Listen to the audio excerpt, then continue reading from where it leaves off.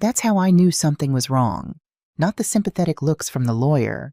Not the way my son James arrived 20 minutes late with his wife Bella, both dressed like they were closing a business deal instead of mourning my brother. It was the seat pushed into the corner away from the mahogany table where real decisions got made. Bella didn't even try to hide it. She slid into the chair I'd been eyeing, the one with the clear view of the lawyer's documents. Her Chanel purse, I recognized it from a magazine at the dentist's office. $4.800 landed on the table with a thud that said, "This is my space now." "Sorry we're late, Mom." James squeezed my shoulder as he passed. His hand felt cold through my cardigan. "Traffic was murder coming from the city." I nodded. Didn't mention that I'd driven twice as far from my apartment in Phoenix and arrived 30 minutes early. Didn't mention that my hands had been shaking so badly on the steering wheel that I'd had to pull over twice. My brother Robert was gone. 68 years of shared memories, teaching me to ride a bike, walking me down the aisle when Dad couldn't, calling every Sunday without fail, reduced to a manila folder on a lawyer's desk. The coffee pot sat in the center of the table, fresh brewed steam curling toward the ceiling. I reached for it, my throat dry from the 3-hour drive. Bella's hand shot out faster than I could blink. Her fingers manicured in that deep red that probably cost more than my monthly electric bill wrapped around the pot handle. "Maybe not Evelyn." Her voice was honey-sweet. Too sweet. "Wouldn't want it spilling on your papers." My papers. As if I was the clumsy old woman who couldn't be trusted around hot liquids. I pulled my hand back slowly, let it settle in my lap, pressed my thumb into my palm until I felt the bite of my own fingernail. That's how I knew I was still breathing. Still present, still watching my daughter-in-law treat me like a child in a room where I was supposed to be family. Thomas Whitfield cleared his throat. The lawyer, my brother's lawyer recommended by Robert himself, looked tired. Grief sat heavy in the lines around his eyes. He'd known Robert for 30 years. He'd been at the funeral 3 days ago, standing in the rain while the rest of us huddled under umbrellas. "Let's begin," Thomas said. James gave him a little nod, as if to say, "Go ahead, we're ready. We're ready. Not we're grieving. Not this is hard. Ready." Like this was a business meeting they'd been preparing for. I folded my hands tighter in my lap. The leather of my purse dug into my ankle where I'd tucked it under my chair. Inside was a sealed envelope. Cream-colored paper, my name in Robert's unmistakable handwriting. He'd given it to me 2 years ago after his first heart attack. "Don't open it unless you need to," he'd said. His hand had trembled when he pressed it into mine. "Promise me, Evie, only when you need to." I'd promised. The envelope had lived in my purse ever since moving with me from bag to bag like a talisman I didn't understand. Thomas began reading. The first few minutes were standard Robert's wishes about the funeral already executed, a list of personal items for old friends, a donation to the American Heart Association, $5,000 to the shelter where he volunteered every Saturday. Then Thomas paused, shuffled papers, glanced at me with something that looked like concern. "To my sister Evelyn Gable," he read, "I leave the entirety of the lodge in Whiteout County, Colorado, including its land contents and associated deed. The property is to be hers free and clear with no encumbrances." The words hung in the air like smoke. A few heads turned toward me. The paralegal, the notary, Thomas's assistant who'd been taking notes in the corner. James didn't turn. He clapped. Once. Too loud in the quiet room. "That's wonderful news, Mom." His voice boomed with manufactured enthusiasm. "We'll finally get to build something together." "We." Not you. Not congratulations on inheriting your brother's beloved property. "We." Bella leaned forward so fast her chair scraped against the hardwood. "A family retreat center." She was already scrolling on her tablet, the glow lighting up her face. "Wellness packages. Maybe winter skiing specials. James and I have been developing concepts. For property I'd just inherited. Property I hadn't even seen in 5 years because Robert had been too sick to host visitors, and I'd been working double shifts at the elementary school cafeteria to keep my insurance. "The location is perfect," James continued, as if Thomas wasn't still holding the will, as if there weren't 6 more pages to read. "We've already connected with an architect. Thompson from Boulder, he's done 3 resort properties. We could break ground by spring." My throat closed. Not from grief, from the sudden horrible realization that they'd been planning this. Planning it while Robert was still alive, maybe. While I'd been rationing my blood pressure medication and choosing between groceries and my heating bill, they'd been sketching blueprints for a property that wasn't even mine yet. "We'll take the Gable name," Bella said, angling her tablet toward me. Stock photos of spa resorts filled the screen. White robes, stone pathways, infinity pools overlooking mountains. And finally make it worth something. Finally make it worth something. My brother had bought that lodge 37 years ago, saved for a decade to afford it. He'd restored every beam, replaced every window, kept the original stone fireplace that dated back to 1923. He'd hosted family Thanksgivings there, taught my son to fish in the creek that ran through the property, let my grandchildren, James's kids from his first marriage before the divorce, spend every summer climbing trees and catching fireflies. Worth something. As if the memories held in those walls were worthless compared to weekend packages and wine pairings. I didn't speak. Couldn't speak. Just pressed my thumbnail deeper into my palm until I felt the skin break. Thomas was still reading. Something about Robert's book collection going to the local library. His vintage fishing rods to his friend Marcus from the Veterans Hall. But James and Bella weren't listening. They were building an empire in whispers, heads together, her tablet propped between them like a blueprint for my future. "The master bedroom," James said, tracing something on the screen. "That could be our VIP investor suite. The view from there is incredible." "We'll need to update the kitchen," Bella added. "Industrial equipment. Maybe bring in a chef for premium packages." I looked down at my hands. 67 years old. Skin thin enough to see the veins. Knuckles swollen from arthritis that flared up every winter. Hands that had worked, really worked, for 4 decades. Hands that had held my brother's when he got the cancer diagnosis. When his wife died. When he'd made me promise to protect the lodge from anyone who'd turn it into something cheap. Anyone who'd turn it into something cheap. At the edge of my vision, my purse sat half unzipped. The corner of that cream envelope peeked through, faded red like dried brick. "Only when you need to." I needed to. Thomas finished reading. The room started to empty, people offering condolences. I barely heard hands. I shook automatically. Bella was already on her phone, typing rapidly. "I'm texting the architect," she announced to no one in particular.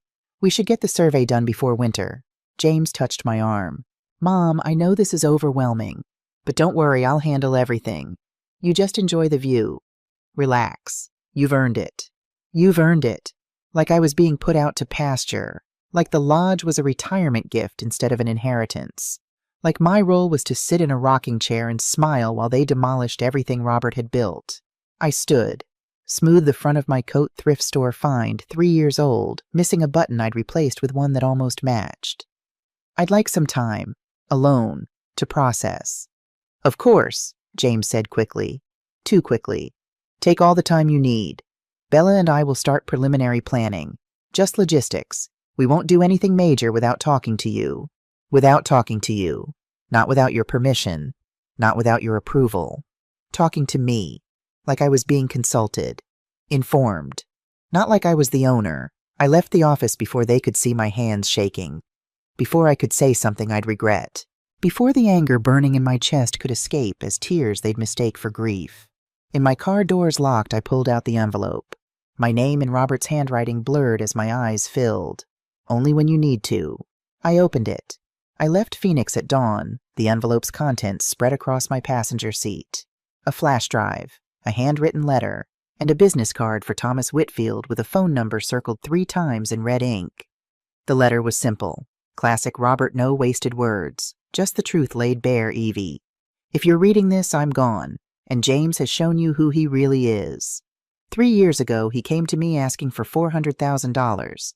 He'd gotten into some trouble, gambling debts, he said. Bad investments. He needed to make it right before Bella found out. I said no, not because I didn't have it, because I knew giving him money wouldn't fix the real problem. He said something that night I'll never forget. "You should just die already. Then everything would be mine anyway." I don't think he meant it. Not really. But I heard it clear as day. And I knew I had to protect you. Protect the lodge. There's more on the flash drive. Video, recordings, proof that James has been planning this for years. Not with Bella, she came later, made it worse. But the seed was always there. I've set up a trigger clause in the will. Thomas knows about it. If anyone tries to commercialize the lodge or transfer the deed without your explicit notarized consent, the property automatically goes to the National Land Trust. Forever protected. But here's the thing you have to let them try.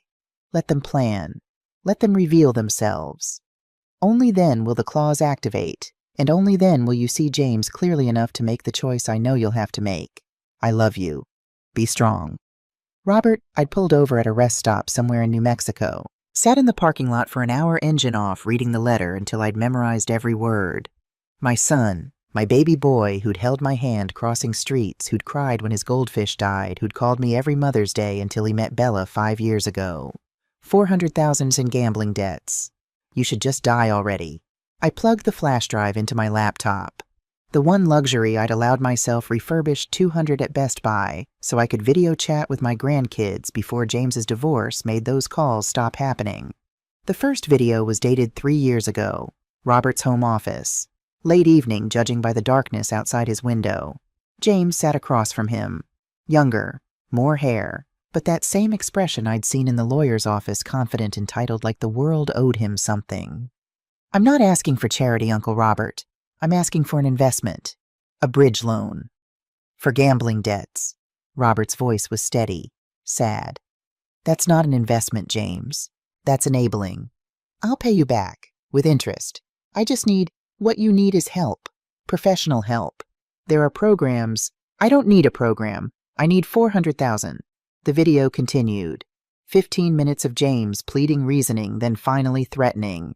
The words he'd said, "You should just die already," came at minute 13. Casual. Bitter. Thrown out like he was complaining about traffic. Robert had stayed calm, told James to leave, to think about what he'd said. James had left. The video ended. There were 4 more videos, each one showing James returning, apologizing, then asking again. Slightly different approaches. Same desperation underneath. The last video was dated 6 months before Robert's death. Bella appeared for the first time. "Mr. Gable," she'd said, perched on the edge of Robert's couch. Professional. Polished. "I'm here to help mediate. James tells me there's been some tension." "There's been honesty," Robert had replied. "Something I suspect you're not familiar with." Bella's smile hadn't wavered. "I understand you're protective of your estate. That's wise. But James is family. And family takes care of each other. Family doesn't threaten family. Family doesn't circle like vultures waiting for death. Nobody's circling." Her voice had cooled. "We're planning. There's a difference." "Planning what? The future. The lodge specifically. It's a valuable property wasted on—" She'd caught herself. "It could be more. That's all I'm saying." Robert had stood. "This conversation is over. And Bella, I know who you are. Rebecca Stone. The woman who destroyed the Reeves family ranch 4 years ago. Changed your name, changed your story, but not your playbook." The video ended with Bella's face frozen in shock. I watched all 5 videos twice, took notes, copied everything to a second flash drive I kept in my glove compartment, a habit from my years as a teacher's aide, always backing up important files. Then I drove. 6 hours through desert and mountain passes, stopping only for gas and coffee I couldn't taste. Late afternoon sun caught the stone chimney, made the windows glow golden. 2 stories of hand-cut timber and river rock. The porch where Robert and I used to shell peas in summer. The swing where I'd read to James when he was 5 before life got complicated. 2 cars already filled the driveway. James's BMW, a contractor's truck with Thompson architecture on the side. They'd beaten me here. By hours, maybe. Long enough to start making themselves at home. I sat in my car for 5 full minutes, watching, breathing, pressing my thumb into my palm until the pain centered me. Let them plan. Let them reveal themselves. I grabbed my overnight bag, packed before I'd left Phoenix, before I'd even known I'd be coming here. Some part of me had known that this place would become a battlefield. The front door was unlocked. Inside, voices echoed through the great room. "Extend the deck here. Wrap it around the south side. Permits will take 60 days minimum, but I have contacts. Investor prospectus by next week. We need numbers." I stepped into the great room. 12 people milled around. Not just James and Bella. A man in a pressed shirt with blueprints. 2 women with iPads. A photographer setting up lighting equipment in the corner. James saw me first. "Mom, perfect timing. Come meet Dylan Thompson. He's the architect I was telling you about." Dylan Thompson extended his hand. 30-something sincere smile calluses that said he actually worked with his hands. "Mrs. Gable, I'm sorry for your loss. Your brother spoke very highly of you." "You knew Robert?" Something flickered across Dylan's face. Discomfort. "We met. Briefly. He was particular about his property." "Particular meaning he told you no." The words came out sharper than I'd intended. Dylan's expression shifted. Respect, maybe. "He told me that the lodge wasn't for sale, wasn't for development, that it was meant to stay exactly as it was. And yet here you are." "James said," Dylan glanced at my son, "I was told you'd approved preliminary surveys." I looked at James. He had the decency to look away. "I think there's been a miscommunication," I said quietly. "The lodge was left to me, not to James. Decisions about its future are mine alone." "Of course," Bella interjected, smooth as silk. "Nobody's suggesting otherwise. We're just exploring possibilities, getting ahead of the logistics so when you're ready to move forward, we'll have options." "When you're ready to move forward. Not if, when, like my agreement was inevitable, like I was just a signature waiting to happen." "I'd like everyone to leave," I said. "Now. This is private property." The room froze. The photographer lowered his camera. The iPad women exchanged glances. "Mom," James started, "we've got Dylan here from Boulder. He's on a tight schedule." "Then he should go." I met Dylan's eyes. "I appreciate your time, but whatever James told you, whatever he promised, it's not happening." Dylan nodded slowly, started packing his blueprints. "I understand. Mrs. Gable, for what it's worth, your brother loved this place. He'd be glad it's in your hands." He left. The iPad women followed. The photographer started breaking down his equipment. Bella remained. She was texting furiously, jaw tight. "You just cost us 3 weeks of planning." "I cost you nothing. You did this to yourselves." "We're trying to help you," she hissed. "This place is a money pit. The property taxes alone are paid through the end of the year. Robert made sure. I'd found that in the will paperwork. Of course he had. He'd thought of everything. And after that, what's your plan? Evelyn, live here alone, playing house with memories while the roof caves in." "That's my decision to make." James finally spoke. "Mom, please, can we just talk about this rationally?" Rationally. I set my bag down, crossed to the fireplace where Robert's photo sat taken last summer, smile-wide eyes bright despite the cancer eating him from inside. Rationally would have been asking me first, before hiring architects, before making plans, before treating my inheritance like your opportunity. "It is our opportunity," Bella said flatly. "James is your only child, your only heir. Everything you have becomes his eventually. We're just accelerating the timeline." Accelerating the timeline. 4 words that said everything. I was an obstacle, an inconvenience, a delay in their plans. "Get out," I said. "Excuse me, both of you. Out. This is my home now. You're not welcome here." James paled. "Mom, you don't mean that." "I've never meant anything more clearly in my life." Bella grabbed her purse. "Fine. We'll give you space to cool down. But Evelyn, you're making a mistake. This lodge is worth $1.38 million. You're living on Social Security and whatever's left of Dad's life insurance. You need us. I need peace, and you're standing in the way of it." They left. Finally, Bella's heels clicking hard against the wood floors, James trailing behind like a scolded child. Through the window, I watched their BMW disappear down the gravel drive. Then I locked the door. Every door. Checked every window. Only then did I let myself sink onto Robert's couch. The leather creaked, worn soft from years of use. His reading glasses still sat on the side table. A book marked halfway through. Blood Meridian, the same copy he'd been trying to get through for 3 years. I picked up the glasses, traced the frames, let the tears come. My brother was gone. My son had become a stranger, and I was alone in a house full of ghosts holding a flash drive full of betrayals. But I wasn't helpless. Robert had seen to that. I pulled out my phone. Thomas Whitfield's number was still in my recent calls. He answered on the second ring. "Evelyn, I was wondering when you'd call." "Tell me about the trigger clause," I said. "Tell me everything." I discovered it that first night after Thomas had explained the legal protections Robert had built into the will. I'd been exploring the lodge, relearning its corners, remembering which floorboards creaked where the light fell best in the afternoon. Robert's office was at the end of the upstairs hall, heavy oak door, brass knob that had always turned easily before. Now it wouldn't budge. I tried again, pulled harder, pressed my ear against the wood listening for what I didn't know. Some sign that explained why my brother's private space was suddenly off limits in a house I supposedly owned. "Evelyn?"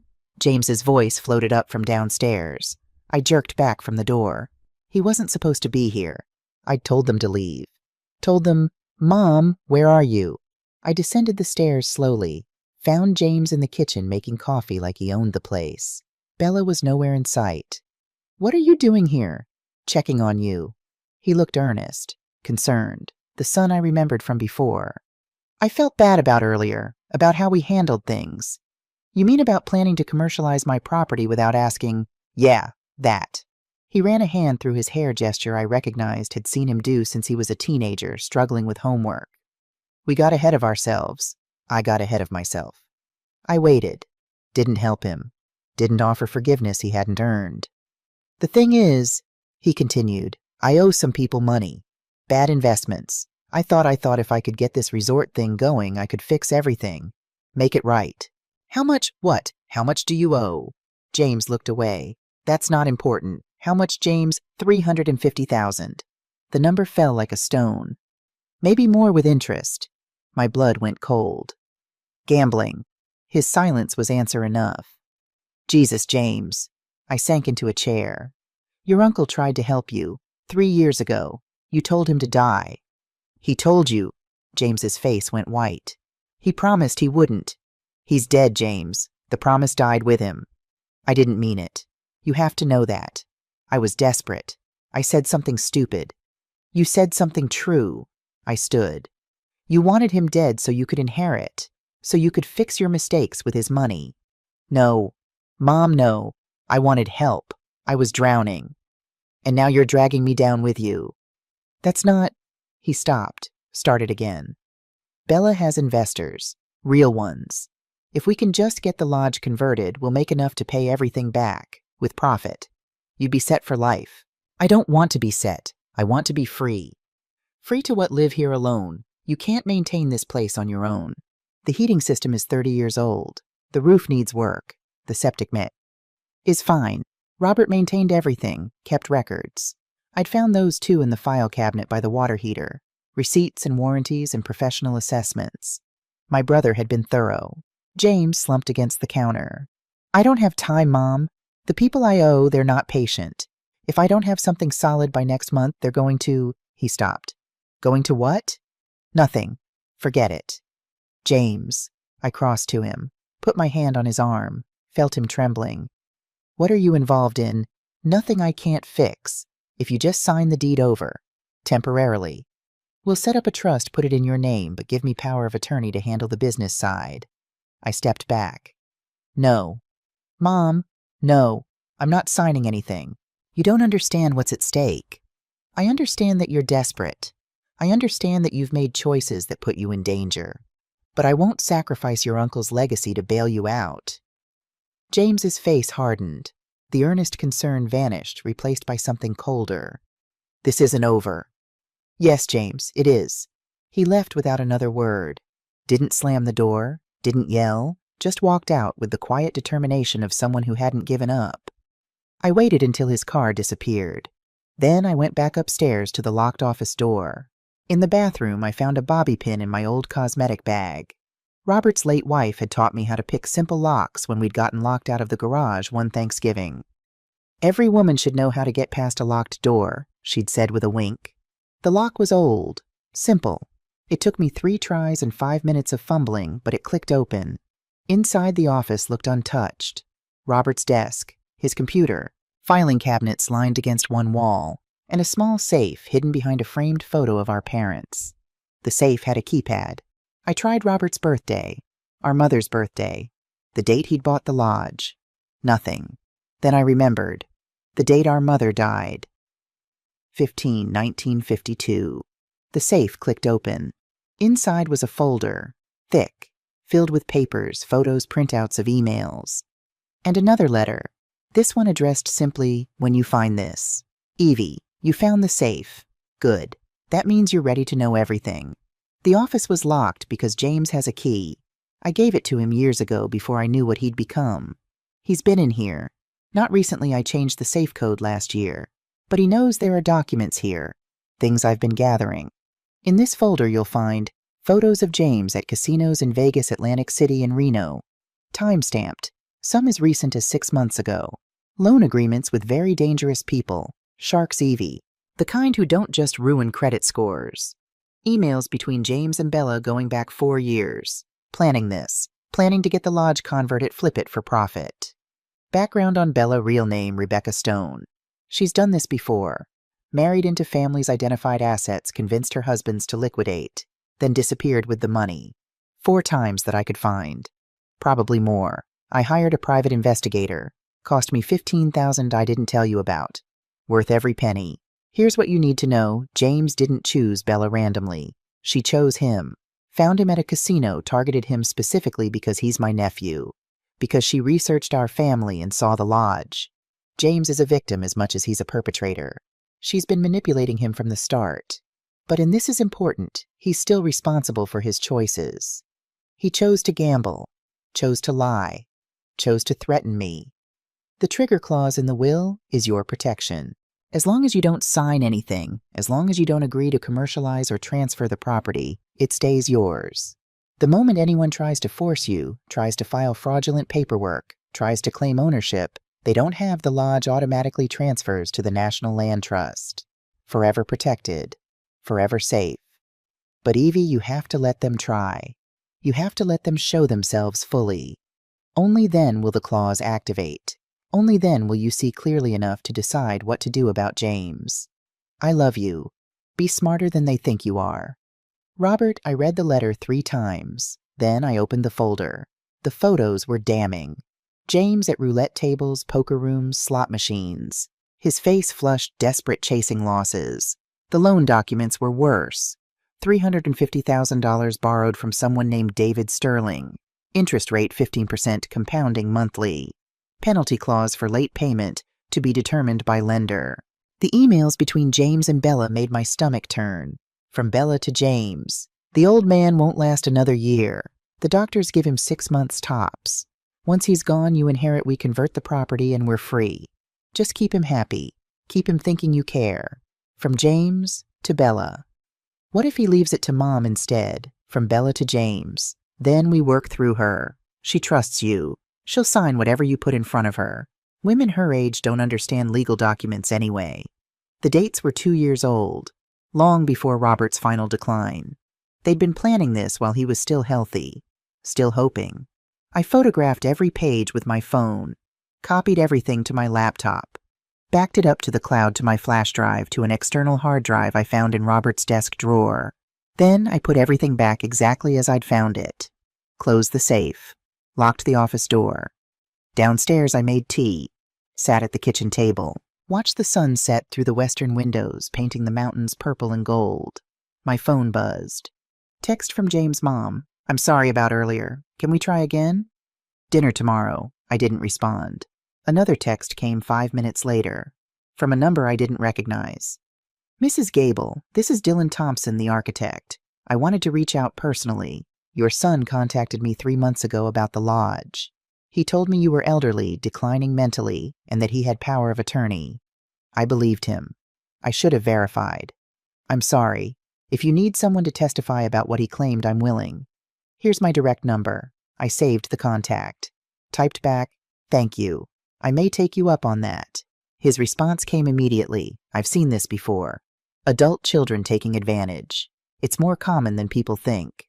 Protect yourself. I set the phone down, wrapped my hands around the tea mug. Let the warmth seep into my arthritic joints. Protect yourself. Robert had given me the tools, the legal protections, the evidence, the warnings. Now I just had to be strong enough to use them. I didn't answer James's calls, didn't respond to his texts. Let Bella's voicemails pile up unlistened. I spent the time learning the lodge again.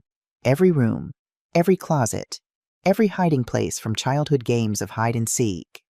I found Robert's journal in his bedroom nightstand, leather-bound pages filled with his doctor's orders handwriting. The entries from the last year were painful to read. June 15th. James called again asking about my health. Not how are you feeling, but have you updated your will lately? I pretended not to notice. July, Evelyn visited, brought her famous zucchini bread. Didn't tell her about the stage 4 diagnosis. She has enough to worry about. Her apartment building is selling. She's looking at places she can barely afford. August 10th. Caught James in my office. He said he was looking for old photos. The safe was warm when I checked later. He'd tried to open it. Failed. September 3rd. Met with Thomas. Set up the trigger clause. If I'm right about James and Bella, this will protect Evie. If I'm wrong, she can override it. Either way, she chooses. Not them. September 28th. James brought Bella to dinner. She asked detailed questions about the property value, maintenance costs, insurance. Took photos of every room with her phone. They think I don't notice. October 15th. Chest pains worse. Hospital says maybe 3 months. Haven't told anyone. Need to finish securing everything for Evie first. November 1st. Changed the safe combination. Added new documents. If Evie finds this, she'll know what to do. She's stronger than she thinks. The journal ended there. 3 weeks before he died. I sat on his bed holding the journal and cried. For my brother. For the son I'd raised who'd become someone I didn't recognize. For the future that should have been different. Then I dried my eyes. Put the journal back. Went downstairs to make dinner. That's when I heard the voices outside. Through the kitchen window I saw them, James and Bella, standing next to a county assessor's truck. A woman in a government jacket was walking the property perimeter with them taking notes. I opened the door, stepped onto the porch. What's going on? The assessor looked up, startled.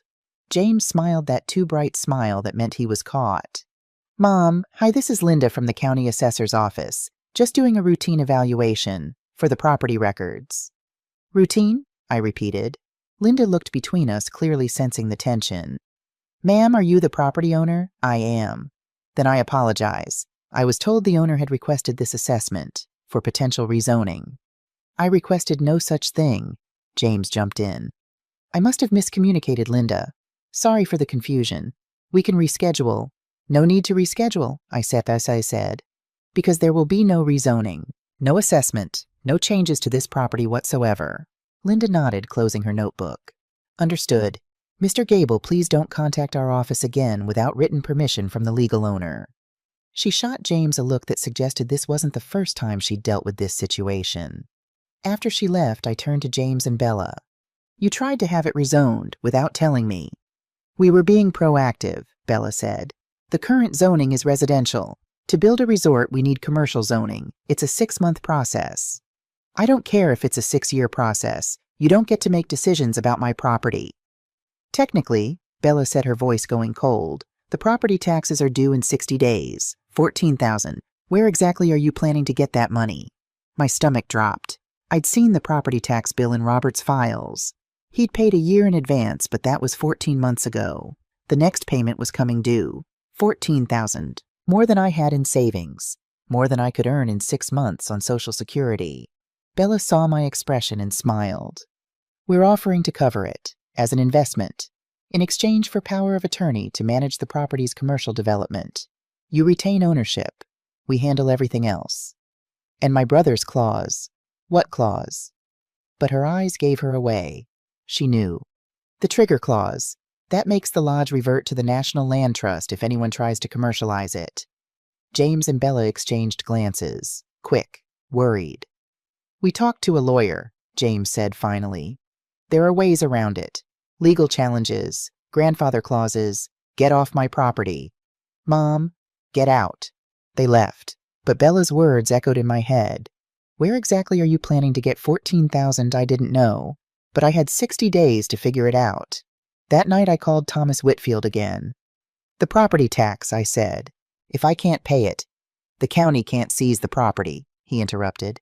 Not immediately. There's a grace period. Penalties, but no seizure for at least a year. And if they pay it, James and Bella, they can try. But unless you sign documentation accepting it as a loan with terms they're making a gift, they have no claim. So I let them pay it. Evelyn, Thomas's voice was gentle. Your brother left you more than the lodge. There's a bank account. He didn't mention it in the will reading because he wanted it to be private, between you and me. How much? $87,000, enough to cover property taxes for 5 years, maintenance, living expenses. I sat down hard. He never told me. He wanted to make sure James didn't know, didn't count on it. This money is yours, no strings, no probate. Direct transfer the day after the will was read. Why didn't you tell me? I'm telling you now, when you need to know. He paused. Robert was very clear about the timing. She'll need to see James's true nature first, he said. Then she'll need to know she's not trapped. I checked my bank account. There it was, deposited 3 days ago. I'd been so overwhelmed I hadn't even looked. 87,432 sides. My brother's final gift, his final protection. I cried again. Tears of relief this time. I had options. I had time. I had resources they didn't know about. Now I just needed a plan. Cold autumn rain that turned the gravel drive to mud and made the windows weep. I built a fire in the stone fireplace, wrapped myself in one of Robert's old flannel shirts, and organized my evidence. 3 folders. 1. Financial, James's debts. Bella's background, the casino photos. 2. Legal, the trigger clause, the deed, Thomas's documentation. 3. Communications, emails, texts, recorded conversations. I needed more. More proof that they were actively trying to defraud me. More documentation that would hold up if this went to court. That's when I remembered James had said Bella had investors. Real ones. People putting actual money into their resort scheme. If I could prove they were soliciting investment for property they didn't own, that was fraud. Clear. Prosecutable. I opened my laptop, searched for Pinnacle Ventures and Rebecca Stone. The results were damning. 4 lawsuits in 5 years. Each one following the same pattern. Rebecca Bella befriended wealthy families, identified valuable assets, convinced them to invest or develop the properties, then disappeared with the capital while the properties went to foreclosure. The Reeves family in Montana had lost a 2,000-acre cattle ranch. The Millers in Oregon lost a waterfront hotel. The Patterson family in Washington lost 3 coffee shops and their family home. Total damages across all cases, $4.8 million. And she'd never served jail time. Why I dug deeper. Found the answer in court documents. She'd used shell companies. Made the investments look legitimate. By the time families realized what happened, she'd transferred the money offshore and filed bankruptcy under the business name. She'd learned from each case. Gotten better at hiding the trail. Now she'd set her sights on our lodge. I printed everything. Added it to the folders. Photographed each page and uploaded to 3 separate cloud accounts. If they destroyed the physical evidence, I'd still have backups. My phone rang. Unknown number. Hello. Mrs. Gable, this is Rick Sanderson. I'm the contractor Dylan Thompson recommended. He said you might need someone for repairs. I didn't ask for a contractor. I know. Dylan was worried. He said your son has been making claims. Dylan thought you might need someone local, someone who could document the actual condition of the property, in case you need to dispute any false claims about necessary repairs. I understood immediately. You're offering to be a witness. I'm offering to do a legitimate property assessment, for your records. No charge. And if your son's been lying about the lodge's condition, which Dylan suspects, you'll have proof. Why would you do this? Rick's voice softened. My mother went through something similar. Her second husband tried to have her declared incompetent so he could control her estate. By the time we figured it out, he'd already transferred half her assets. I won't watch it happen to someone else if I can help. When can you come? I'm 20 minutes away, if you're free now. I'll have coffee ready. Rick Sanderson arrived in a white pickup truck with Sanderson & Sons Construction on the side. 50-something work-worn hands-eyes that had seen too much hardship. He walked the property with me for 3 hours. Checked every system, electrical, plumbing, heating. Examined the roof, the foundation, the septic. Your brother maintained this place like a cathedral, Rick said, making notes on his tablet. The roof was replaced 6 years ago. Should last another 20. Heating system is old, but functioning perfectly. He had it serviced annually. Foundation is solid stone, no cracks. Plumbing is copper original to the 1923 build. Valuable, actually. People pay premium for this kind of craftsmanship now. So if someone claimed it needed extensive repairs, they'd be lying or trying to justify unnecessary work. He showed me his notes. I'll write this up formally, notarized, if you need it for legal purposes. I'll need it, he nodded. Didn't ask why. Didn't need to. Before he left, Rick handed me his card. On the back, he'd written a phone number. If things get dangerous, he said quietly, that's my brother. He's a sheriff's deputy in the next county. Not official jurisdiction here, but he knows people. Knows how to handle situations where families turn ugly. You think it will? Mrs. Gable, I've been doing this 30 years. I've seen what desperation does to people. Your son owes money to dangerous people. His wife has a history of fraud. This lodge is worth over $1 million. He met my eyes. They're not going to give up. And when people like that get desperate, they get dangerous. After Rick left, I sat on the porch in the rain. Let the cold soak through Robert's flannel shirt. Watched the mountains disappear into cloud. Dangerous. I'd been thinking of this as a legal battle, a family drama. But Rick was right. This was bigger. James owed $350,000 to someone named David Sterling. If he couldn't pay, what would Sterling do? And Bella, she'd already destroyed 4 families. What would she do to secure her 5th score? I thought about the locked office, about James having a key, about him knowing there were documents in the safe. What if he didn't give up? What if he tried to break in again? What if he tried to force me to sign papers? What if... And this thought made my blood run cold. What if they decided I was the obstacle? Elderly woman living alone, isolated property, heart condition. Accidents happened all the time. I went inside, locked every door, every window, checked them twice. Then I called Thomas Whitfield one more time. I need to update my will, I said. Tonight, tomorrow at the latest. What are you thinking? If anything happens to me, anything suspicious, I want a full investigation. I want the trigger clause activated immediately. I want every asset I have to go to charity, not to James. And I want Dylan Thompson and Rick Sanderson to serve as witnesses to my mental state and the threats I've received. Evelyn, do you think you're in danger? I think I'm an inconvenience worth $1.38 million to people who have already proven they're willing to commit fraud. Thomas was quiet for a long moment. I'll draft the update tonight. We'll meet tomorrow morning first thing. And Evelyn, consider staying somewhere else. A hotel. A friend's house. No. If I leave, they'll know they've won. That I'm scared. Being scared isn't weakness. It's wisdom. Robert didn't run. I won't either. That night I barely slept. Every sound was a potential threat. Every creak of old timber was an intruder. At 3 a.m. I heard a car in the driveway. I grabbed my phone, dialed 911, but didn't press send. Waited. The car idled for 5 minutes, then drove away. In the morning I found tire tracks in the mud, and footprints leading to the office window. Someone had tried to look inside, had stood there peering through the glass. They were watching, planning, and I was running out of time to stay ahead of them. Or maybe it wasn't an accident. Maybe some part of me knew to look deeper, to not accept the polished surface she presented. It was the logo that started it. That small triangle in silver on the brochure she'd slammed down, the one for the Gable experience. I'd seen it somewhere before, years ago in a conversation with my late husband. Michael had been a financial advisor, conservative, careful, the kind of man who read the fine print on everything. One night over dinner, he'd shown me an article about predatory investment firms. These people, he'd said, tapping the page, they target family businesses, offer capital, make it seem like partnership. Then they bury the family in paperwork until they own everything. The logo in that article had been a silver triangle, Pinnacle Ventures Group.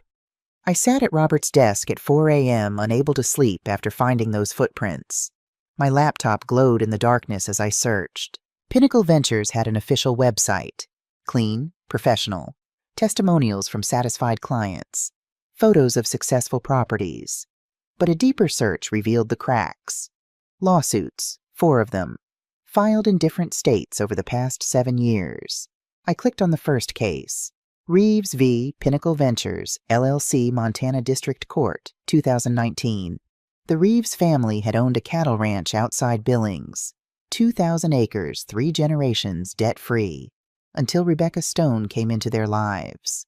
According to the court documents, Rebecca had married Daniel Reeves, the youngest son. Within 6 months, she'd convinced the family to take out loans against the property to modernize operations. Pinnacle Ventures provided the capital at 18% interest.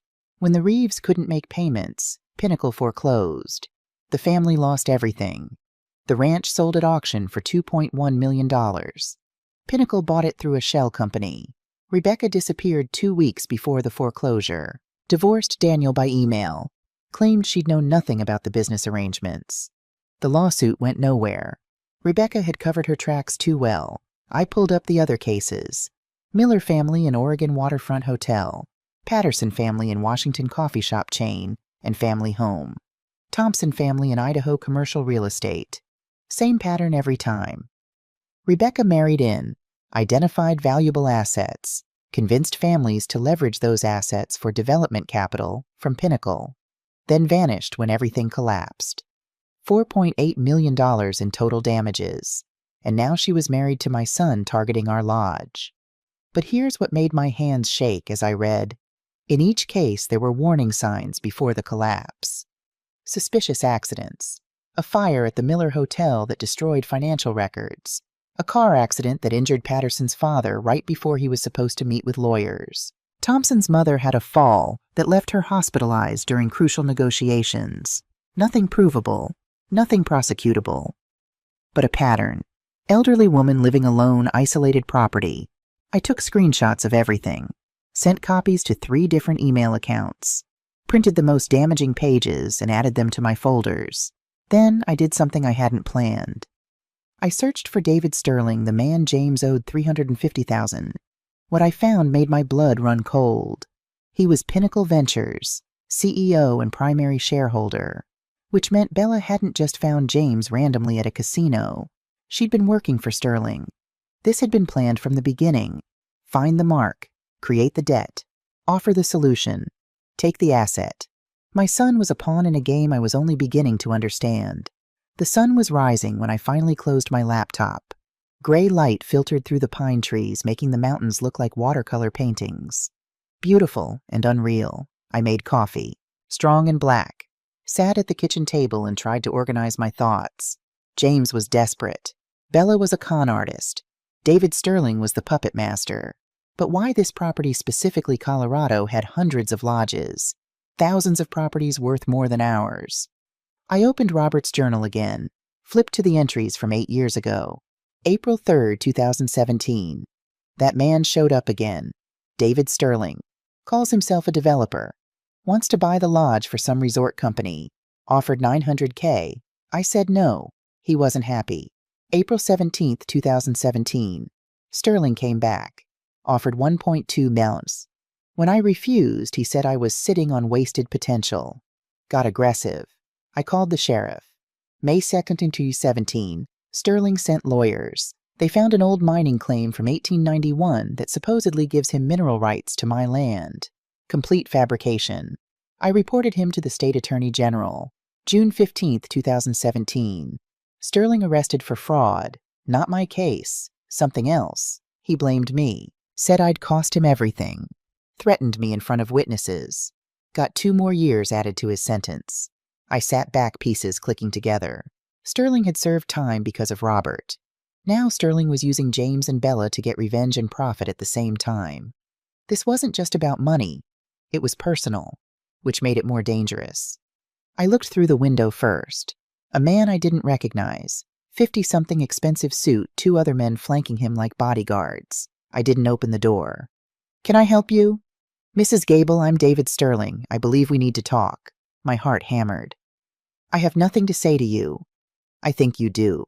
I'm James's business partner. We have significant investments at stake.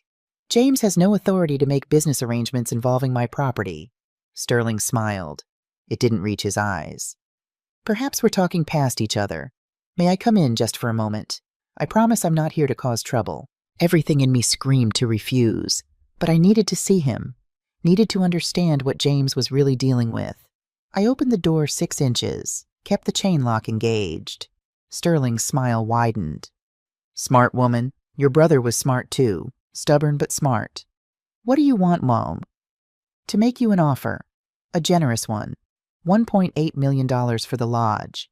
Cash. You walk away clean set for life. James's debt gets forgiven. Everyone wins. And if I refuse, his expression didn't change, but something shifted in his eyes. Something cold. Then we proceed through other channels. James signed papers, Mrs. Gable. Powers of attorney. Transfer agreements. We can do this the easy way or the hard way. James had no power of attorney to sign. He believed he did. That's all that matters in court. By the time you prove otherwise, if you can, the property will be tied up in litigation for years. Legal fees will eat whatever you have left. You'll die broken alone fighting a battle you can't win. I met his gaze. Get off my property. Think about it. I'll give you 48 hours. He handed me a business card through the gap. After that, things get complicated. They left. I watched through the window as their black SUV disappeared down the drive. Then I called 911. I need to report a threat, I told the dispatcher. A man named David Sterling just came to my home and threatened me. The deputy who responded was young, earnest, took notes carefully as I explained. But his expression told me what I needed to know. Ma'am, he didn't technically threaten you. He made you a business offer, even the part about litigation that's not illegal to mention.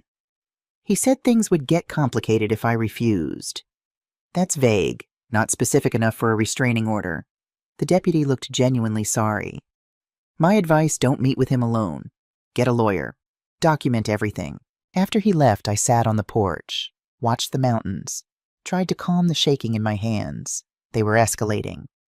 48 hours, 2 days to decide, but I didn't need 2 days. I knew my answer. Now I just needed to survive long enough to see it through. Alone this time. No Bella, no Sterling. He looked terrible, unshaven, dark circles under his eyes. The BMW was parked crooked in the drive like he'd been in too much of a hurry to care. Mom, his voice cracked. We need to talk. Really talk. I let him in, poured coffee, sat across from him at the kitchen table. Sterling came here, I said. James's face went gray. He wasn't supposed to. I told him to give you space. He gave me 48 hours to sell or face complications. God. James put his head in his hands. I'm so sorry. I never wanted this. Never wanted you involved. Then why am I... He looked up. His eyes were red. Because I'm an idiot. Because I made mistakes and kept making them until I was drowning and the only lifeline was your inheritance. Tell me everything. No lies, no spin, just truth. So he did. A business trip to Vegas. James had gone with colleagues from his marketing firm. Just for fun, he'd said. Just to try the tables. He won $8,000 his first night. Felt like magic. Like he'd discovered a secret the world was keeping from him. He went back, and back, and back. Within a year, he'd lost $50,000, maxed out 3 credit cards, took out a second mortgage on his house. His first wife, Sarah, mother of his 2 kids, found out. Filed for divorce. Got full custody because James couldn't prove financial stability. That's when Bella entered his life. She found me at a casino in Atlantic City, James said, staring into his coffee. I was at a poker table down $10,000 trying to win it back. She sat next to me, started talking. She was beautiful, interested, understanding. Said her ex-husband had gambling problems too, that she understood. She targeted you. I didn't know that then. I thought... His voice broke. I thought someone finally understood. Finally didn't judge me. Bella had been patient.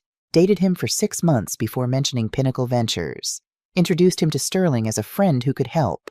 Sterling offered loans. Reasonable rates at first. Enough to pay off the credit cards. Consolidate the debts.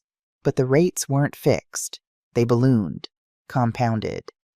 By the time James realized what was happening, he owed $200,000. Sterling said there was one way out, James continued. One asset I could leverage. Uncle Robert's lodge. If I could get it, develop it, Sterling would clear the debt and split the profits. So you waited for him to die? No, God, no. I thought maybe I could talk him into it. Convince him to co-develop while he was still alive. Make it a family project. But he refused. He saw through it. Saw through me. James's hands were shaking now. That night when I told him to just die, I was drunk. Desperate. I didn't mean it, but I can't take it back. And Bella?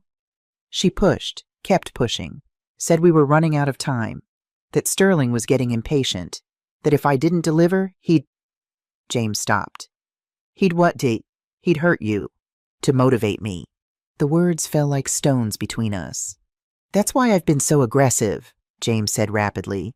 Why I've been trying to force this through. I thought if I could just get the property converted, sold, everyone paid off, you'd be safe.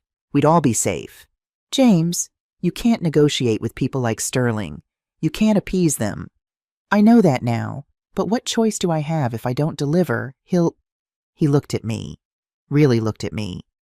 Mom, I think he'll kill you. Make it look like an accident. He's done it before. You have proof. Bella told me things when she was drunk about previous deals, about people who got in the way. James pulled out his phone. I started recording our conversations 3 weeks ago, in case I needed evidence. He showed me. Audio files, dates and times stamped. Bella's voice slurred with wine. The Miller fire wasn't an accident. David paid someone. $20,000 to torch the hotel, destroyed all their financial records. By the time they reconstructed everything, we owned the property. Another recording, Thompson's mother. That wasn't a fall. David has people. They make things happen. It's cleaner than you'd think. My blood ran cold. You've been sitting on this. I was scared. If Sterling found out I was recording Bella, he'd kill you too. Yeah, we sat in silence. The clock on the wall ticked. Outside, pine branches scraped against the window. I need these recordings, I said finally. All of them. Sent to my email, and to Thomas Whitfield, and to the State Attorney General. If I do that, Sterling will know. He's already planning something, James. You said it yourself. We're out of time for playing defense. Then what do we do? I looked at my son, really looked at him. Saw the scared boy underneath the desperate man. Saw the mistakes and the manipulation and the genuine fear. He was a victim here too, not innocent, not blameless, but a victim nonetheless. We give him what he wants, I said slowly, or let him think we are. James would tell Bella I'd agreed to a meeting, a negotiation, with Sterling, Bella, James, and me, at the lodge. They'd come expecting surrender, expecting me to sign papers.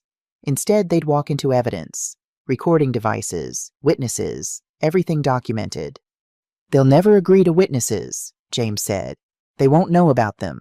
Rick Sanderson and Dylan Thompson can hide. Record everything from the office upstairs. The meeting happens in the great room. They'll hear every word. And then what? We hand recordings to police. Not just police, media, Attorney General, National Land Trust, everyone who needs to know that Pinnacle Ventures has been operating a criminal enterprise. James looked doubtful. Sterling slipped away before. What makes you think this time will be different? Because this time he's going to confess, on tape, to everything. Why would he do that? I smiled, not a happy smile, a cold one. Because I'm going to make him angry enough to forget to be careful. 6 p.m., the lodge. Final negotiations, James called it when he texted Bella. Her response came in seconds. Perfect. David will be pleased. Make sure she's ready to sign. I spent the day preparing. Called Rick and Dylan. Explained the plan. Both agreed immediately. I'll bring professional recording equipment, Dylan said. Audio and video, multiple angles. Nothing they say will be missed. And I'll have my brother on standby, Rick added. The deputy. If things go wrong, he can be here in 10 minutes. I met with Thomas Whitfield that afternoon, updated my will, signed affidavits, created a paper trail that would survive me if necessary. Evelyn, Thomas said as I was leaving, are you sure about this?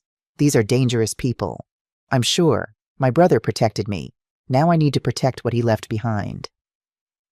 That evening, as the sun set and shadows grew long, Rick and Dylan arrived. We set up the equipment. Cameras hidden in book spines on the shelves. Microphones tucked into lamp bases. Everything wireless, everything backed up to the cloud in real time.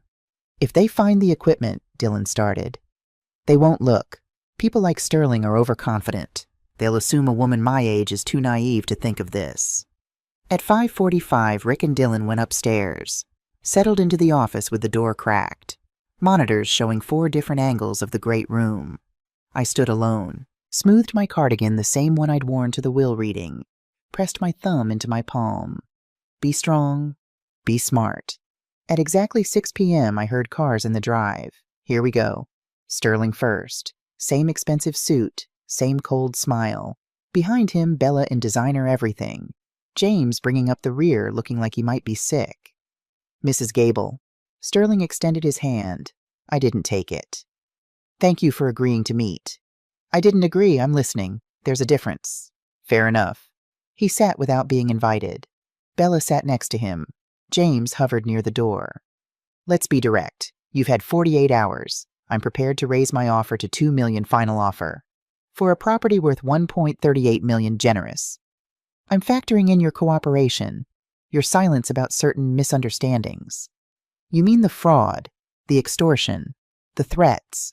Sterling's smile didn't waver. Those are strong words, emotional words. In business, we prefer accurate terminology. Then let's be accurate. You targeted my nephew, used Bella to manipulate him into debt, planned to steal this property the same way you've stolen 4 others. Bella tensed. Sterling held up a hand. Mrs. Gable, I think you've been misinformed. James came to me for legitimate business loans. I provided capital in good faith. If he made poor investments, that's unfortunate, but not my responsibility. The Reeves family, the Millers, the Pattersons, the Thompsons, 4 families ruined. $4.8 million stolen. Alleged. Never proven. Sterling leaned forward. Let me tell you what I can prove. Your brother cost me 3 years of my life. He reported me to authorities on false charges. I served time because of his lies. You served time because you tried to steal his property with a fake mining claim. I served time because your brother was a vindictive old man who couldn't handle competition. Sterling's voice went cold. Finally, the mask slipping. He cost me everything. My reputation. My freedom. 3 years in a cage because he couldn't stand to see someone succeed. So this is revenge. This is justice. Your brother took from me. Now I'm taking from him. Only he's not here to suffer, so you get to instead. He smiled again. Cruel. Poetic, don't you think? And if I refuse to sell... Sterling stood, walked to the fireplace, picked up Robert's photo, the one from last summer. Then accidents happen. Old lodges, faulty wiring, gas leaks, elderly women living alone. He set the photo down carefully. The statistics are tragic, really. How many seniors die in house fires each year? My heart pounded, but I kept my voice steady. You're threatening to kill me. I'm noting possibilities, outcomes, the natural consequences of poor choices. You've done this before. The Miller Hotel fire, the accident that hurt Patterson's father. Alleged, unproven. But his smile confirmed it. He was enjoying this. Enjoying my fear. What about Thompson's mother, the fall that wasn't a fall? Accidents. Tragic accidents. He moved closer. Here's what's going to happen, Mrs. Gable. You're going to sign these papers. He nodded to Bella, who pulled documents from her bag. You're going to transfer the deed to a holding company I control. You're going to take your $2 million and disappear quietly. Live whatever years you have left in comfort. And if I don't, then you won't have years left. You'll have days, maybe hours. The room was silent, just the crackle of the fire, the tick of the clock. Then I smiled, really smiled. Thank you for clarifying, I said. Sterling frowned. Clarifying what? Your intentions, your methods, your past crimes. I looked at the bookshelf, at the camera hidden in the spine of Moby Dick. Every word of this conversation has been recorded. Audio and video, multiple angles, already backed up to the cloud and sent to 3 different attorneys. The color drained from Sterling's face. You're bluffing. Dylan, I called toward the stairs.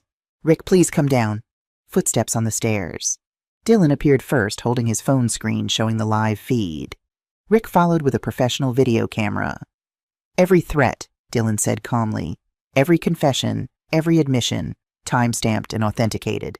Sterling lunged toward the bookshelf. Rick stepped between us. Don't, Rick said. It's already uploaded. Destroying the equipment won't help. Bella was on her feet. You stupid old woman. Actually, I said I'm a very smart old woman. Smart enough to let you talk yourselves into prison sentences. Sterling's hands curled into fists. For a moment I thought he might attack. Might risk everything on one violent act. Then James spoke. It's over, Sterling. His voice was quiet but firm. I'm testifying. Against both of you. Bella whipped toward him. You traitor? I'm not a traitor. I'm your victim. And I'm done being one. Sterling pointed at James. You signed papers. You're complicit. You'll go down too. Maybe. Probably. James met my eyes. But at least my mother will be safe. We heard the sirens then, coming up the mountain road. Rick's brother, the deputy, plus state police, Thomas, had alerted an hour ago. I'd sit down if I were you, I told Sterling. Running will just make it worse. Extortion, fraud, conspiracy, terroristic threats. The charges kept mounting as police played the recordings, examined the documents Rick and Dylan had cataloged. They'd send the audio to federal authorities, to state attorneys general in 4 states. By tomorrow, the investigation into Pinnacle Ventures would be nationwide news. James wasn't arrested. Not yet. They'd need his testimony. He'd likely face charges, eventually fraud, maybe. Conspiracy to commit fraud. But he'd chosen the right side. Finally, when it mattered most. After the police left, after Sterling and Bella were driven away in separate squad cars, James and I sat alone in the great room. I'm sorry, he said. For everything. For all of it. I know. I'll go to rehab. For the gambling. And I'll face whatever charges come. I won't run. I know that too. Do you think... He stopped. Started again. Do you think we can ever fix this, you and me? I looked at my son.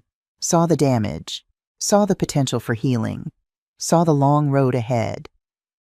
I don't know, I said honestly. But you're alive. I'm alive. That's more than Sterling intended. Where do we start? With the truth. All of it. To the police. To your kids, they deserve to know why you disappeared from their lives. To yourself. James nodded. Wiped his eyes. Can I stay tonight on the couch? Just I don't want to be alone right now. I should have said no. Should have protected myself. Kept distance. But he was still my son. Broken, but mine. One night, I said. Then you check into rehab. Tomorrow. Tomorrow? He agreed. That night I finally slept. Really slept. For the first time since Robert died. Because the threat was over. Or so I thought. I found out when Thomas called at 6 a.m., waking me from the first real sleep I'd had in days. They set bail at $500,000. He posted it immediately. Evelyn, he's out. I sat up, heart pounding. How the charges? He has an expensive lawyer.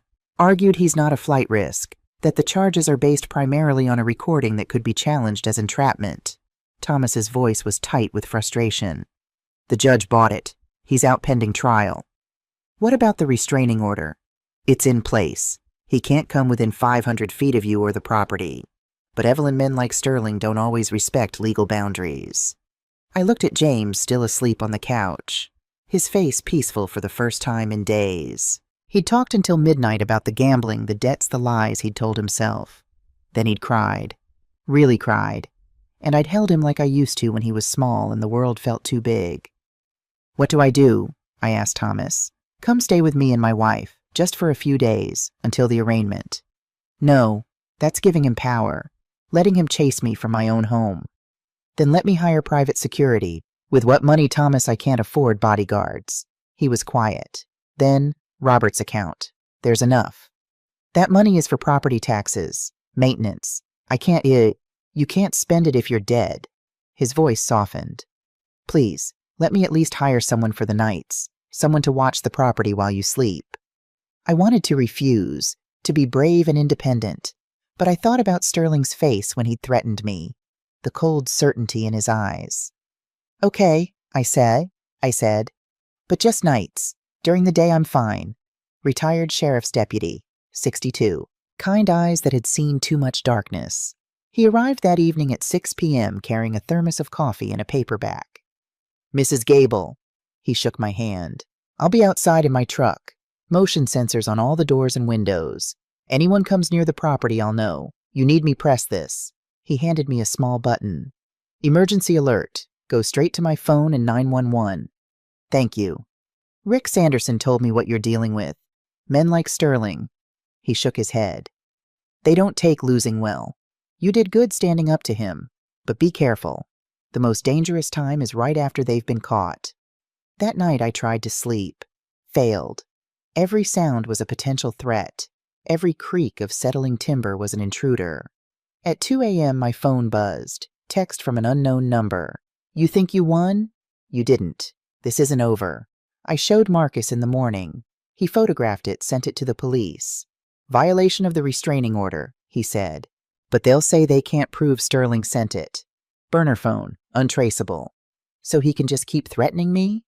Until he does something concrete, yeah. It's the flaw in the system. James left for rehab that afternoon.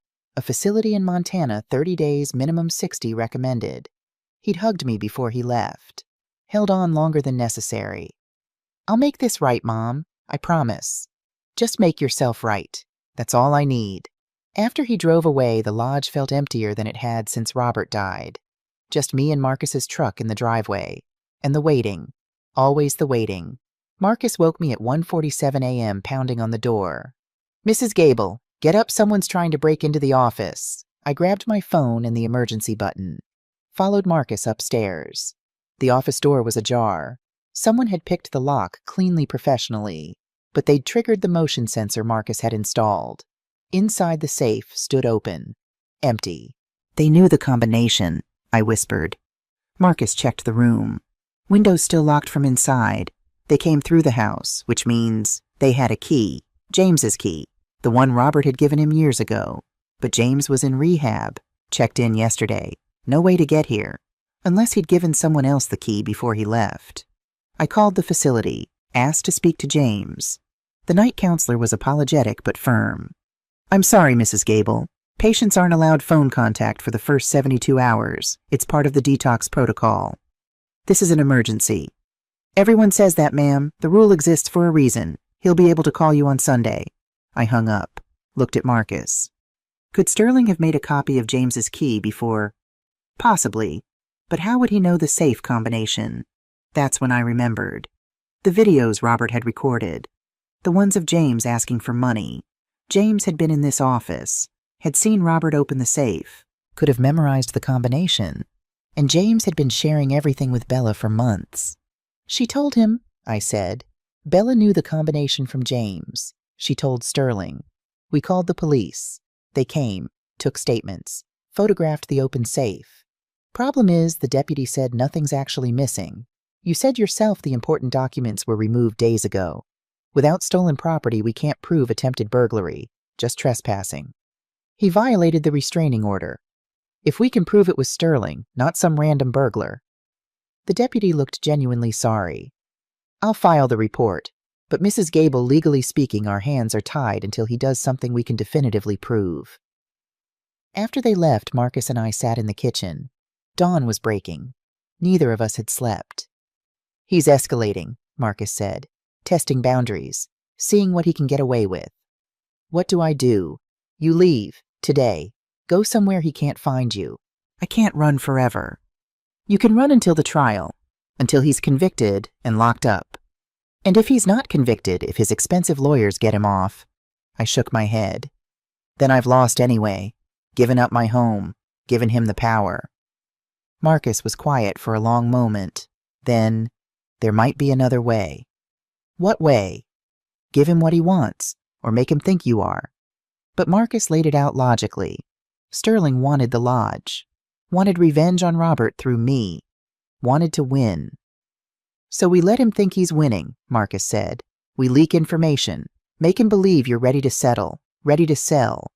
He'll never believe that, not after I had him arrested. He'll believe you're scared, exhausted, that the legal battle is too much, that you just want peace. And then what? Then we set up a meeting, public place, lots of witnesses. You agree to discuss terms. But really we're creating an opportunity for him to incriminate himself again. Only this time the police are there, ready. He won't fall for it. Men like Sterling, they're arrogant. They think they're smarter than everyone else, and they can't resist the chance to gloat. Marcus leaned forward. We make it look real, make him feel safe, then we trap him. I thought about it, about the alternative months of legal battles looking over my shoulder waiting for the next break-in or threat. Okay, I said, but we do it right. No mistakes. This is entrapment, Evelyn. Anything he says could be thrown out. Not if I'm genuinely discussing a sale. Not if it's a legitimate business meeting. I'd done my research. Stayed up all night reading legal precedents. As long as police aren't actively coercing him, as long as I'm acting as a private citizen exploring options, it's legal. It's dangerous. Everything about this situation is dangerous. At least this way I control the danger. We spent 2 days setting it up. Thomas leaked information to Sterling's lawyer, carefully worded, suggesting I was overwhelmed considering my options. The response came within hours. Sterling's lawyer wanted to meet, discuss a potential settlement. No admission of guilt, but perhaps a mutually beneficial arrangement. We set it for Friday afternoon, 2 p.m., at a restaurant in town, public busy, lots of witnesses. But we didn't tell Sterling about the additional guests I'd invited. The same outfit I'd worn to Robert's will reading, the cardigan with the missing button, sensible shoes, hair pulled back simply. I wanted to look tired, defeated, like a woman who'd lost. Dylan and Rick arrived at noon.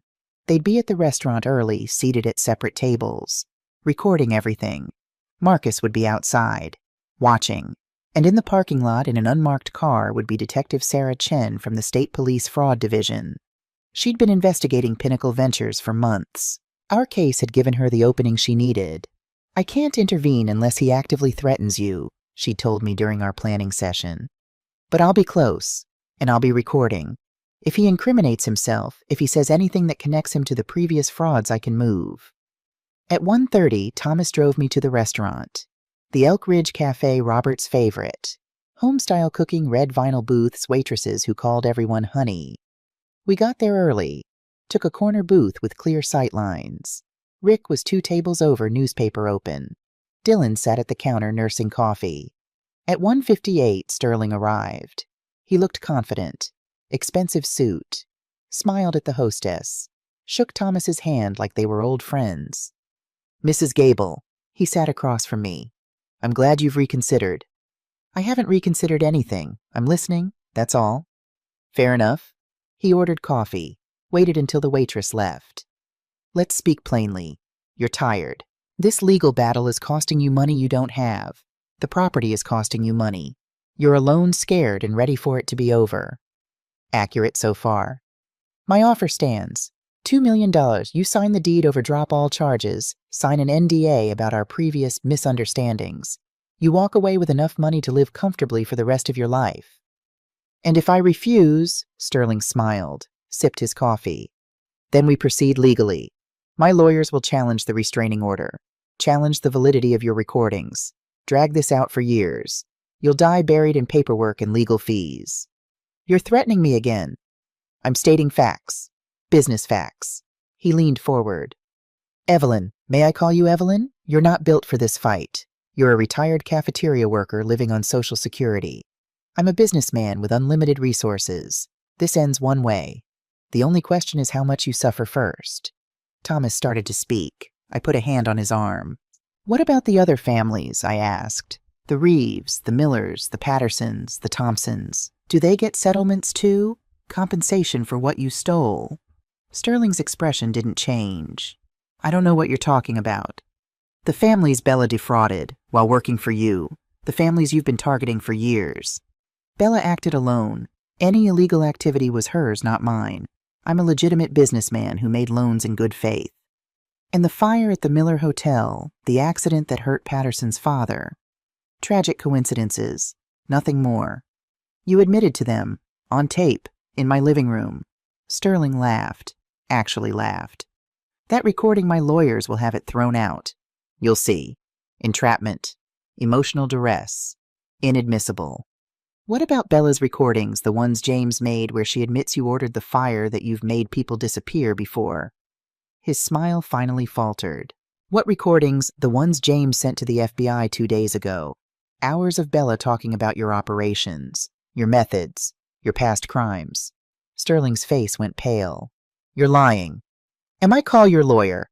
Ask him about the federal subpoena that was served this morning." I was bluffing. Partially. James had sent recordings to the FBI, but I had no idea if they'd actually issued a subpoena yet. Sterling stood abruptly. Coffee cup clattered. "This meeting is over." "Sit down, Mr. Sterling." Everyone turned. Detective Chen stood at the entrance, badge displayed. 2 uniformed officers behind her.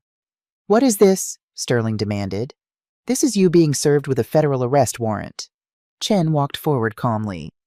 "David Sterling, you're under arrest for wire fraud, racketeering, and conspiracy to commit murder. You have the right to remain silent."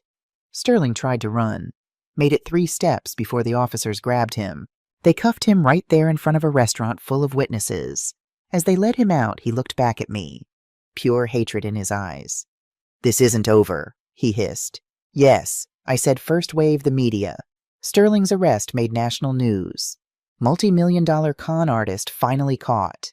The stories mentioned me, elderly woman outsmarts criminal enterprise.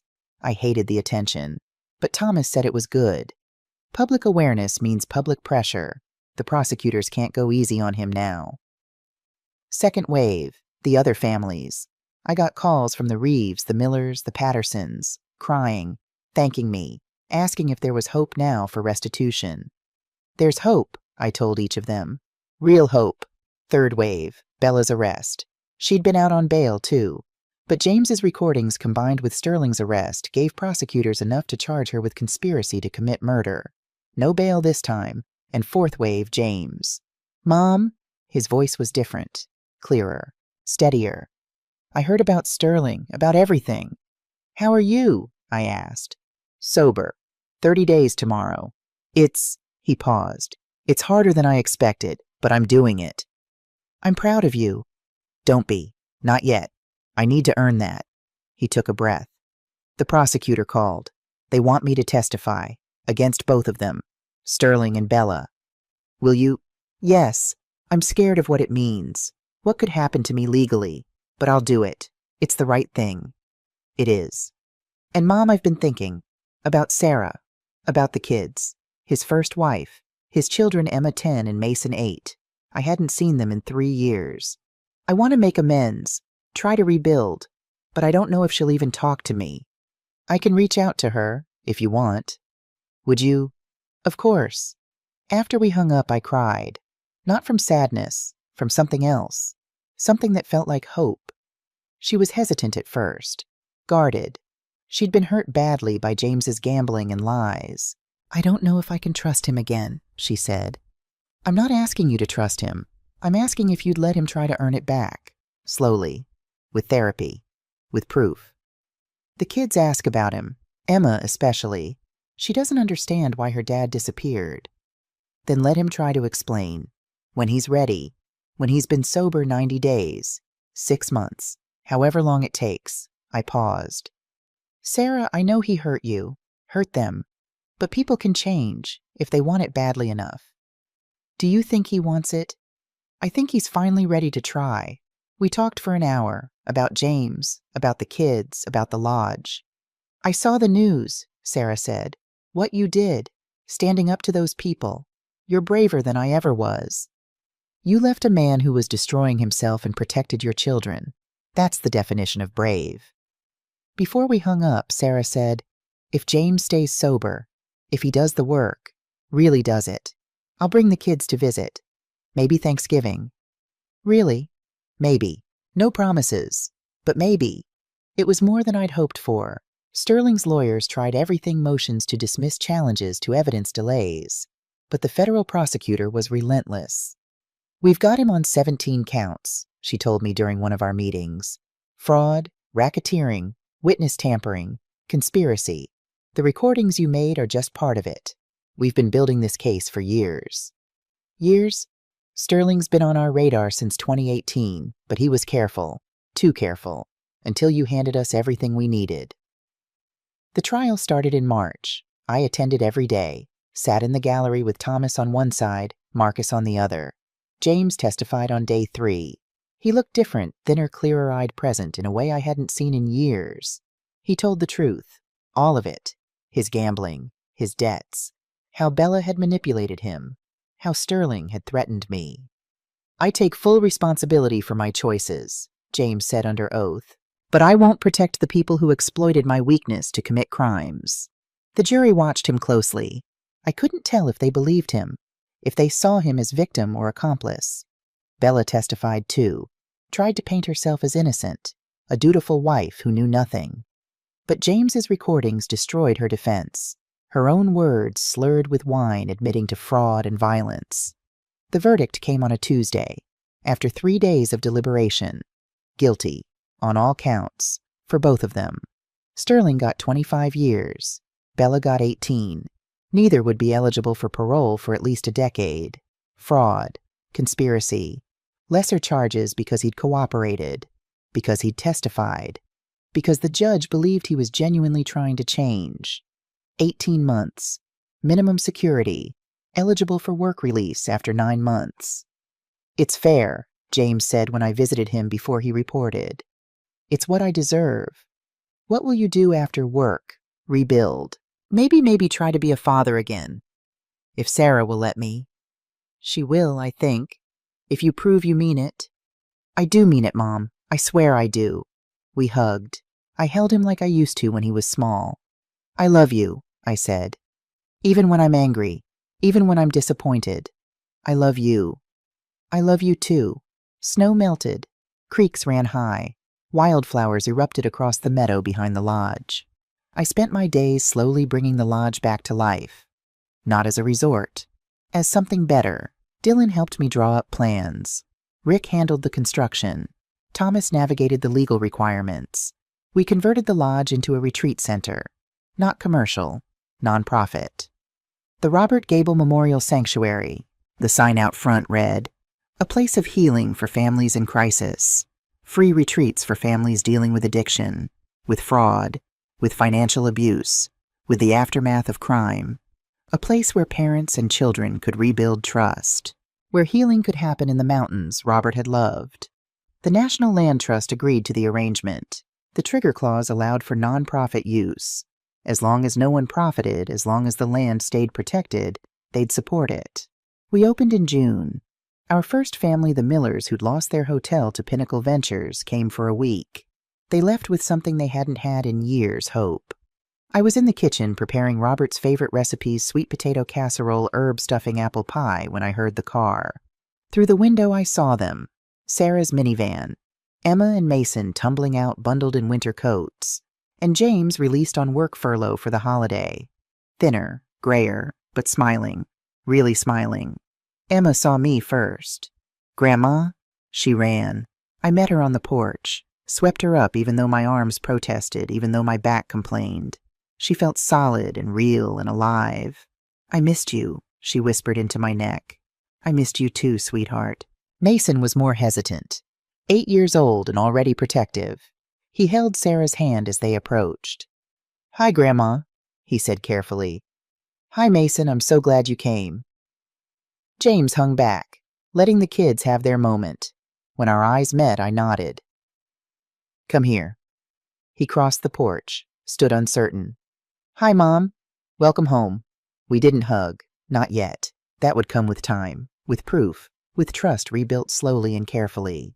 But we sat together at dinner, all of us around Robert's old table, Emma chattering about school, Mason showing me his science project photos, Sarah and I trading recipes, James quiet but present, soaking it all in. After dinner, Emma found the guest book, the one Bella had shown me months ago. "What's this?" "It's for people who visit the lodge, to write their names, their stories." "Can I write in it?" "Of course." She opened to the first page, where I'd written simply, "Evelyn Gable, here." Below it, James had written during his last visit before rehab. "James Gable, starting over." Emma picked up the pen, wrote in careful cursive, "Emma Gable, my grandma is a superhero." Mason added his name too, then Sarah, one by one filling the page with names and hope and family. That night after they'd gone to sleep, Emma and Mason in the room that used to be James's Sarah in the guest room, James on the couch, because that's what his parole required. I sat alone by the fire, held Robert's photo, the one from last summer. "We did it," I whispered. "Your lodge is safe. Your legacy is safe. And maybe we saved James, too." The fire crackled. Wind whistled through the pines. And for the first time since Robert died, I felt peace. The sanctuary had hosted 37 families, success stories and ongoing struggles and everything in between. The Millers were rebuilding their hotel. The Pattersons had opened a new coffee shop. The Reeves were still fighting for their ranch, but they had hope now. Legal support. Community. James completed his sentence. Got a job with a local nonprofit, ironically one that helped gambling addicts. He saw Emma and Mason every weekend, slowly, carefully rebuilding trust. He and Sarah weren't back together. Maybe they never would be. But they were co-parenting, communicating, healing. Sterling and Bella remained in prison, appeals denied, restitution orders issued. They'd spend the next decade at least paying for their crimes. And me, I lived in the lodge, managed the sanctuary, hosted families, told Robert's story to anyone who'd listen. I was 68 years old, arthritis in my hands, bad knees, gray hair I'd stopped coloring, but I was alive, strong, free. And every morning I woke up in my brother's house, my house now, and watched the sun rise over the mountains he'd loved. Emma is 15, wants to be a lawyer, like the ones who helped you, Grandma. Mason is 13, loves carpentry, helps Rick with repairs at the sanctuary every summer. James has been sober for 6 years. Remarried not to Sarah, but to a woman named Claire who works in addiction counseling. They understand each other's demons. Sarah is engaged to a kind man who loves Emma and Mason like his own. The sanctuary has helped over 200 families. We've added a second building for workshops, art therapy, financial literacy classes, and I'm 73. Still here, still strong. Sometimes families ask me, weren't you afraid when you stood up to them? Terrified, I tell them. Every single day. Then why did you do it? I think about Robert, about the letter he left, about his faith that I'd be strong enough when it mattered. Because someone had to, and it turned out that someone was me. They nod, understanding. Because they're here doing the same thing, standing up, fighting back, refusing to be victims. On my 73rd birthday, Thomas brings a package, official looking, legal seal. Inside is a letter from the National Land Trust. Dear Mrs. Gable, the Robert Gable Memorial Sanctuary has been designated as a protected heritage site. The property will remain in trust indefinitely. Upon your death, management will transfer to a board of directors, but the mission will continue. Your brother's vision and yours will live on. Forever. I read it twice, 3 times. Then I walk outside, stand where Robert and I used to stand as children, where we'd watch the sunset and dream about the future. We did it, I whisper to the mountains, to the sky, to my brother's memory. They tried to take it, but we protected it. Forever. The wind carries my words away. Somewhere I like to think Robert hears them and smiles.